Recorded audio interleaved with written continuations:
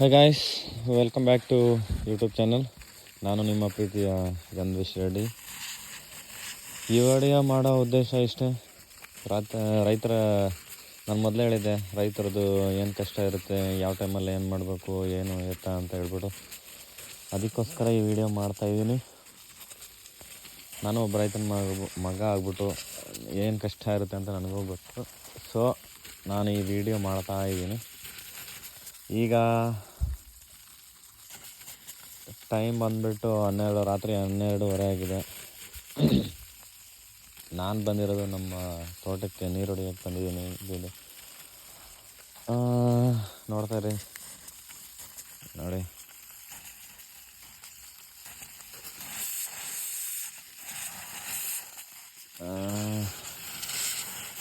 ನೀರಿನ್ನ ನೀಟಾಗಿ ಬಂದಿಲ್ಲ, ಪಿಕಪ್ ಆಗಿಲ್ಲ, ನೋಡ್ಬೋದು.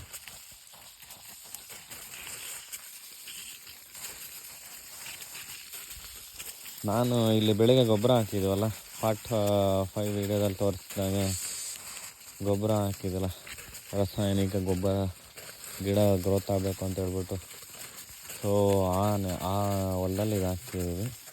ನೆಲ ನೀರು ಹೊಡಿಯೋಕ್ಕೆ ಬಂದಿದ್ದೀನಿ, ನೀರು ಹಾಯ್ಸೋಕ್ಕೆ ಬಂದಿದ್ದೀನಿ. ಈ ಟೈಮಲ್ಲಿ ಯಾರೂ ಇರೋಲ್ಲ ಜೊತೆಯಲ್ಲಿ. ಟಾರ್ಚ್ ಬೇರೆ ಒಂದು ಬಿಟ್ಬಿಟ್ರೆ ನಮ್ಮ ಕೈಯಲ್ಲಿ ಬೇರೆ ಏನೂ ಇರೋಲ್ಲ.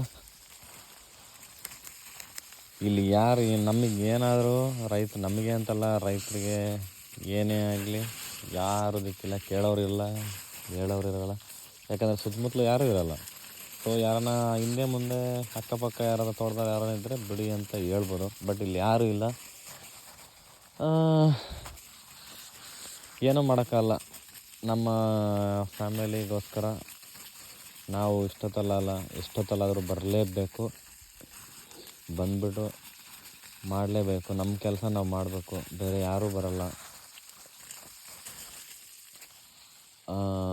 ಇಷ್ಟು ಹೇಳ್ತಾ, ವಿಡಿಯೋ ನಿಮಗೆ ಇಷ್ಟ ಆಗಿದರೆ ಲೈಕ್ ಮಾಡಿ, ಶೇರ್ ಮಾಡಿ, ಸಬ್ಸ್ಕ್ರೈಬ್ ಮಾಡಿ. ನಿಮ್ಮ ಸಪೋರ್ಟ್ ನನಗೆ ಹೀಗೆ ಇರಲಿ. ಇನ್ನೂ ನಿಮ್ಮ ಸಪೋರ್ಟ್ ನನಗೆ ಹಿಂಗೆ ಇದ್ದಂಗೆಲ್ಲ ನಾನು ಇನ್ನೂ ಸ್ವಲ್ಪ ಮುಂದೆ ಹೆಚ್ಚಿನವಾಗಿ ವೀಡಿಯೋಗಳು ಮಾಡ್ಬೋದು, ಮಾಡ್ತಾನೇ ಇರ್ತೀನಿ.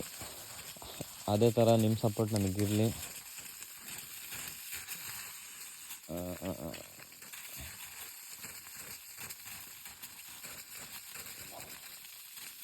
ನೋಡಿ, ನೀರು ಸಣ್ಣ ಬರ್ತಾ ಇದೆ. ವೋಲ್ಟೇಜ್ ಪ್ರಾಬ್ಲಮ್ ಇರುತ್ತೆ, ಹಾಗಾಗ್ಬಿಟ್ಟು ನೀರು ಕಮ್ಮಿ ಬರ್ತಾ ಇರುತ್ತೆ. ಸ್ವಲ್ಪ ಆದರೆ ಆಮೇಲೆ ಸರಿ ಹೋಗುತ್ತೆ. ಕೆಲವೊಂದಾದರೆ ಬರ್ತಾನೆ ಇಲ್ಲ.